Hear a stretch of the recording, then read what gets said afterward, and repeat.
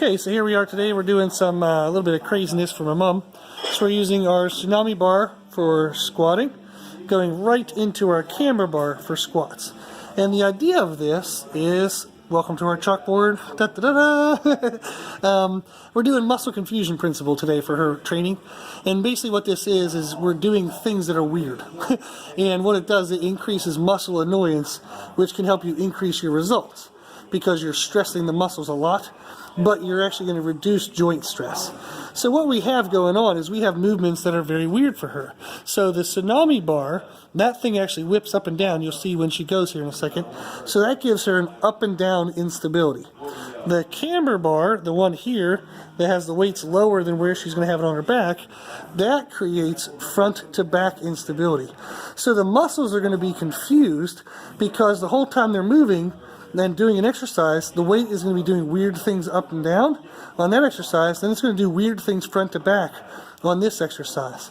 So the reason why that equals more results is because we don't have to use as much weight, and her muscles don't really understand what's going on, so they're not going to be able to protect themselves. They're going to fire and misfire at different patterns and create more muscle damage than what we're used to.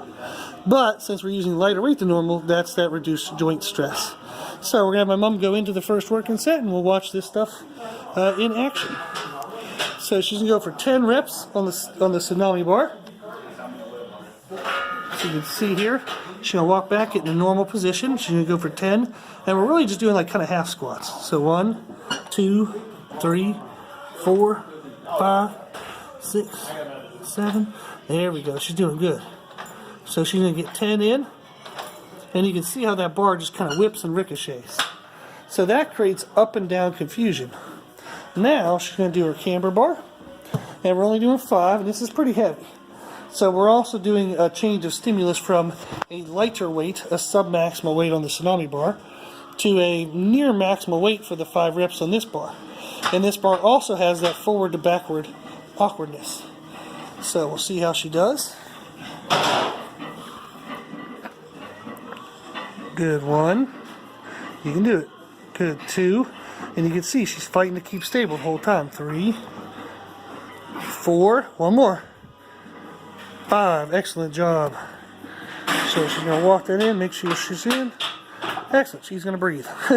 So that craziness would have shocked her muscles because they didn't really know what was going on the whole time. So this is a workout concept based off of the muscle confusion principle. So hopefully this stuff is kind of cool. So how you can use this is finding movements that are awkward and new for you, learning enough of the form to feel efficient at them, but still having them feel new enough that you get muscle confusion growth out of them. If you would like some example workouts, you can shoot us an email at brutalirongym@gmail.com, and I'll send you some sample workouts based on this principle. Cool. Okay, we're back for another set just to show you guys some more of this craziness. So this bar, again, my mom has to fight for the up and down position. So she's working this time on staying on her heels better, which she's doing a great job. That's going to get her more glutes and hamstring damage. And then this is going to, again, her body is trying to learn how to fight against the whip of those plates up and down. So her body did that set, and it now figures out what the hell was that. And it'll start to, next time she goes into this squat, it doesn't know. Our body doesn't know that the bars have changed. It just knows, oh man, you're about to squat again. So it's going to predict that there's weights on the outside that are going to be going up and down. But now they're not. So my mom's going to step back, and she's going to try for 5. And the challenge of this one is also the weight. This is a lot of weight right here. But it's now that there's a different stimulus.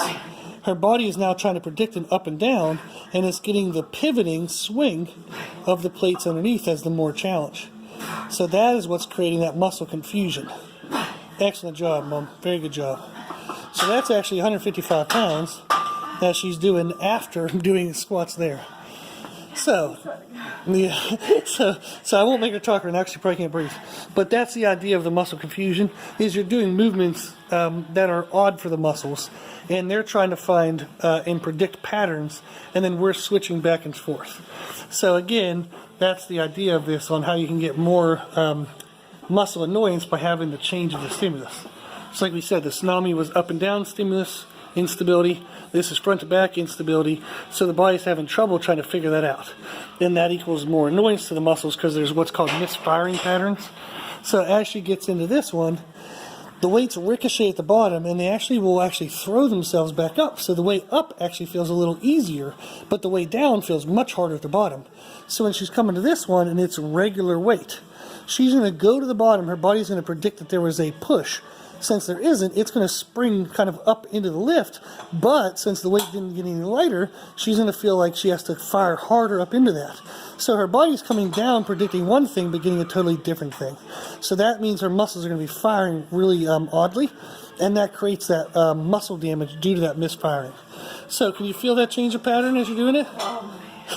So yes, so that's the idea. So she's going to get a lot of confusion in between these. And what's cool is this bar only weighs 15 pounds, and we have 25-pound plates. So she's only lifted with 65 pounds. And this is a 155 squat, but my mom has squatted 270 before.